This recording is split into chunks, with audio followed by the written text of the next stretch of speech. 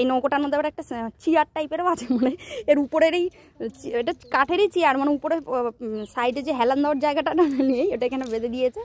তা আমি বললাম যে কাকিমা বসবো, বলছে হ্যাঁ বসতে পারো। তো চলো এখানটাতে, এখানে আবার যাওয়া যাক। আমরা নৌকোতে উঠে পড়েছি, এখানটায় বসবো।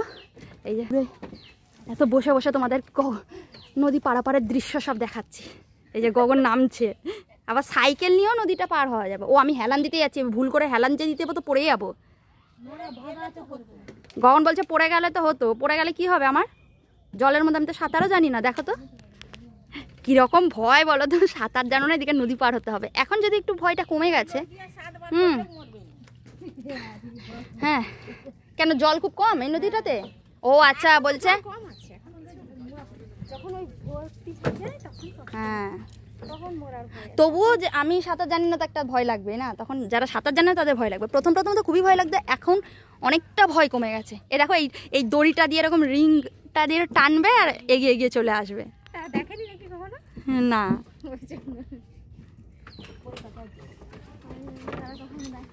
আর এই নদীটাই আবার ওইদিকে বাদিকটা করে বেঁকে গেছে। এটা কি নদী গো? ওইটা তো শিলাবতী যেটা আসছে আমাদের এই ওটা, এটা ঝুমুর নদী। এই দেখো গগন জানে না, কাকিমা একটা কাকিমার সাথে দেখা হয়েছে নৌকাতে, বলছে এটা ঝুমুর নদী, নামটাই কি মিষ্টি। এই দেখো কেউ কিছু কিন্তু অটোমেটিক এটা একটা রিং দিয়ে এটাকে টানছে আর চলে আসছে। এই দেখো এটাকে বাবাতে হচ্ছে না, নৌকোটা এমনি অটোমেটিক চলে আসছে।